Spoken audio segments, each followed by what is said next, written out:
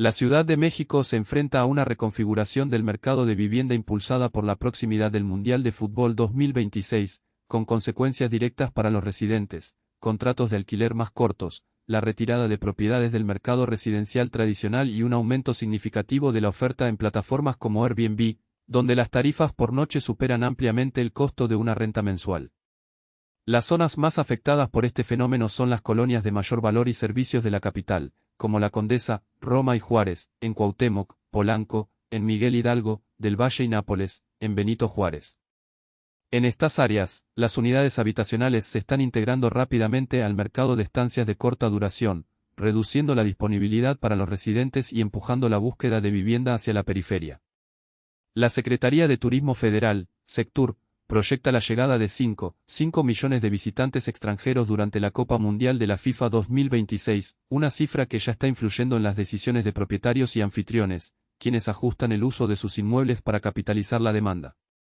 Organizaciones de vivienda y residentes afectados advierten que este crecimiento del modelo de alojamiento de corta duración se traduce en desalojos, pérdida de acceso a rentas asequibles en las zonas centrales y una falta de aplicación efectiva de las regulaciones diseñadas para limitar su expansión.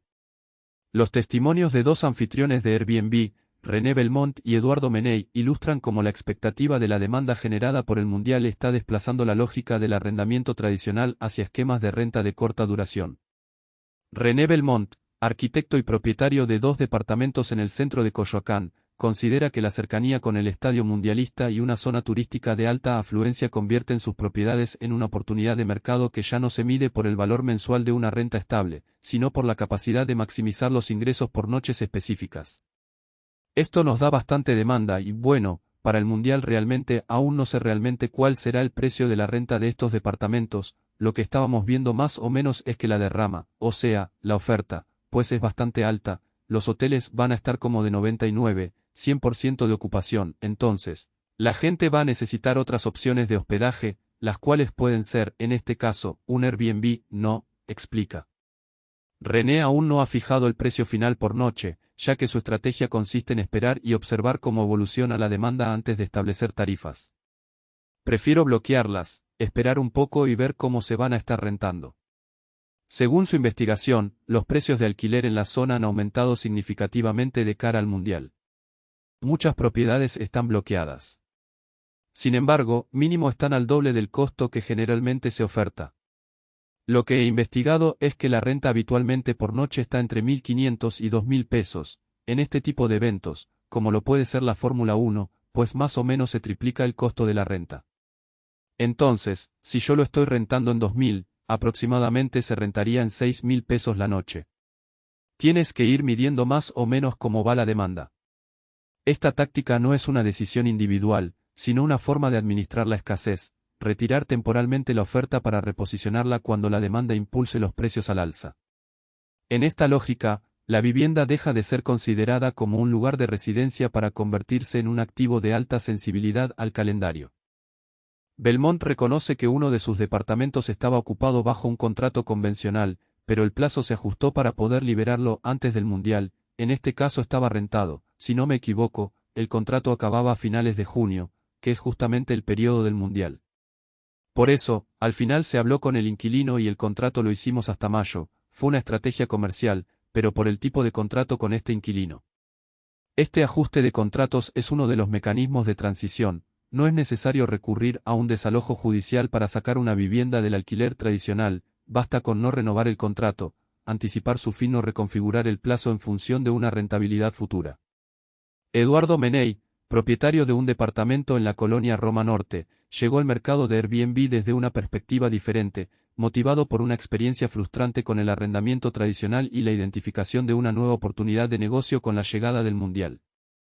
Meney explica que su decisión de rentar su propiedad en plataformas de hospedaje temporal se debió a los conflictos y cargas administrativas que implicaba el arrendamiento a través de una inmobiliaria. Pues te cobran con un mes de renta, te ayudan porque te investigan, te buscan a la persona, pero al final se lavan las manos y ni se encargan, como ellos dicen, de ser el intermediario entre la inquilina y el dueño, porque cada vez que la renta se atrasaba un poco, yo lo tenía que hablar directamente con la inquilina.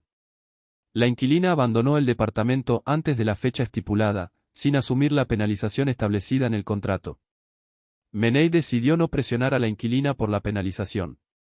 Con un departamento vacío en una de las zonas más demandadas para hospedaje temporal en la Ciudad de México, Menei comenzó a recibir propuestas de terceros para rentarlo como alojamiento temporal. Inicialmente, se mostró reacio a ceder el control a intermediarios, pero luego comprendió que podía captar la ganancia por sí mismo. El punto decisivo fue cuando revisó los precios de renta en Airbnb en la misma colonia durante la semana de inauguración del Mundial. Me puse a buscar en esa primera semana del partido de Sudáfrica contra México, que es del 11 de junio, vi los departamentos y uno que otro que es así, wow, pero la mayoría la verdad es que están bastante feitos. De hecho, y encontré departamentos cobrando 85.000 por la semana, 100.000, 150.000, o hay unos por allá ya de 350.000. El mercado del Mundial se reveló como un espacio donde la renta fija pierde sentido frente a la posibilidad de obtener, en una semana, lo que antes tomaba meses. Dije, ay, pero por supuesto, qué estupidez, al principio decía que yo no quiero ser parte de eso, de la gentrificación, pero la verdad es que nunca he sido una persona que piense demasiado en los demás. O sea, la verdad es que yo creo que cualquier persona que tenga eso lo haría. Menei considera la posibilidad de incorporar su vivienda actual e incluso otra propiedad en el sur de la ciudad al circuito turístico. Sí, la verdad es que sí, porque este departamento yo lo renové para vivir aquí, entonces se podría decir que está en óptimas condiciones, hasta lo podría rentar solamente por ese tipo de fechas del Mundial y luego regresar aquí a mi casa, no sé por qué no lo he hecho antes y creo que para mí funciona bastante. Sobre su propiedad en el sur de la ciudad, añade, es un departamento que está muy cerca de la Universidad Anáhuac del Sur, obviamente no va a ser tanto el perfil que está por Airbnb, pero así hay, por ejemplo, en el Mundial se van a estar rentando hasta en 30.000 o 40.000 pesos, por la cercanía con el estadio. Quizás no es la zona más hot, pero también es una zona muy interesante. Menei reconoce el descontento que genera este fenómeno, pero se ubica dentro del proceso. Distingue entre grandes operadores y pequeños propietarios, debe hacerse una diferencia porque evidentemente yo no tengo los medios, y, aunque los tuviera, no llegaría a desalojar a la gente que ya es mayor para rentar en Airbnb. La escala de las decisiones individuales de Belmont y Menei se refleja en los datos más recientes sobre la expansión de Airbnb en la Ciudad de México. El 27 de febrero último, un grupo de organizaciones en pro del derecho a la vivienda, entre ellas el Frente por la Vivienda Joven, FVJ, Urbano Memorial y la Coalición Internacional para el Hábitat América Latina, HICAL, emitieron un comunicado basado en información de Inside Airbnb, donde se documentó que la plataforma sumó 770 nuevos espacios en solo 6 meses. Este crecimiento implica que, en promedio, 3 departamentos o casas completas fueron retirados del mercado de alquiler residencial cada 48 horas durante el primer semestre de 2025.